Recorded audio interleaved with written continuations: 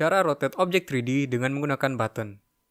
Halo, kembali ke Spare Part Eksperimen. Kali ini kita akan bahas cara memutar atau rotate sebuah game objek 3D saat kita menekan button UI. Caranya cukup simpel. Di sini saya coba bikin contoh untuk game objek cube. Kita atur dulu posisinya biar jelas. Nah, kemudian kita tambahkan UI button. Lalu kita atur ukuran dan teksnya terlebih dahulu.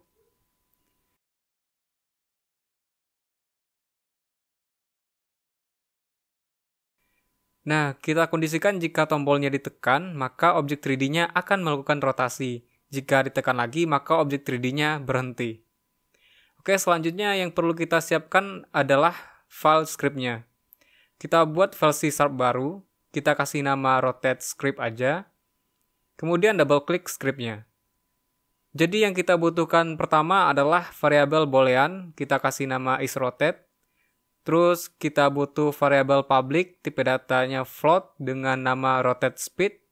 Sesuai namanya ini buat ngatur kecepatan perputaran objeknya. Kemudian kita buat fungsi baru dengan nama active rotation.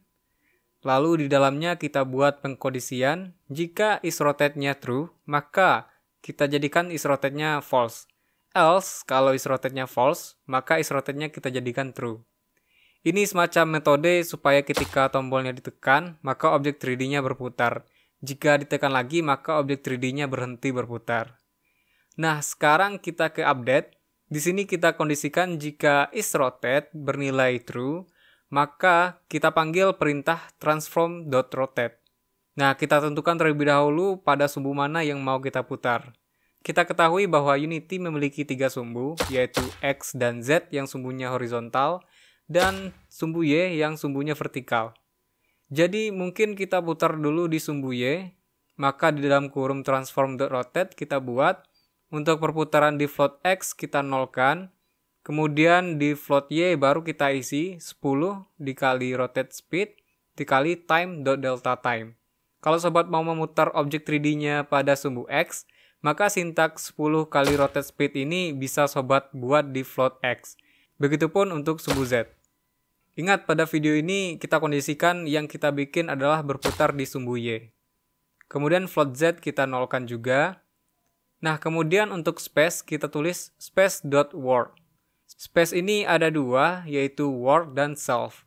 Untuk space world, kita akan melakukan rotasi dengan patokan sumbu koordinat secara global. Sedangkan space self akan merotasi objek 3D dengan patokan sumbu koordinat lokal atau sumbu objek 3D itu sendiri. Nanti saya perlihatkan bedanya. Kita save kodenya, kembali ke Unity. Di sini kita tarik file script yang kita buat tadi ke objek cube.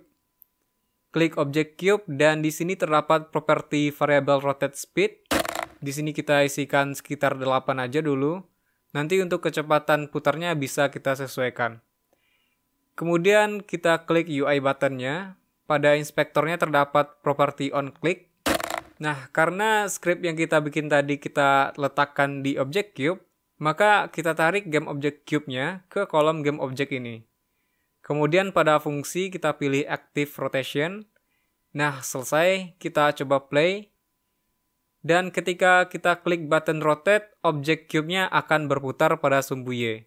Dan kalau kita tekan lagi buttonnya, maka cube-nya berhenti berputar. Kita stop terlebih dahulu. Nah, kita coba bereksperimen sebentar. Kita coba rotasi awalnya diacak dulu.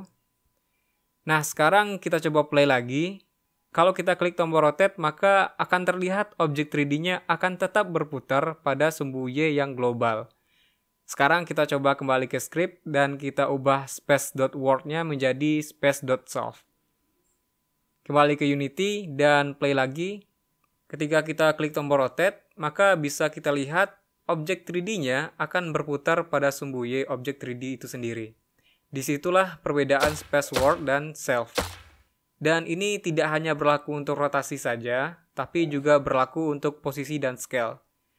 Jadi, sobat bisa menyesuaikannya apakah sobat mau merotate objek 3D-nya sesuai sumbu Y pada global atau pada sumbu Y secara lokal.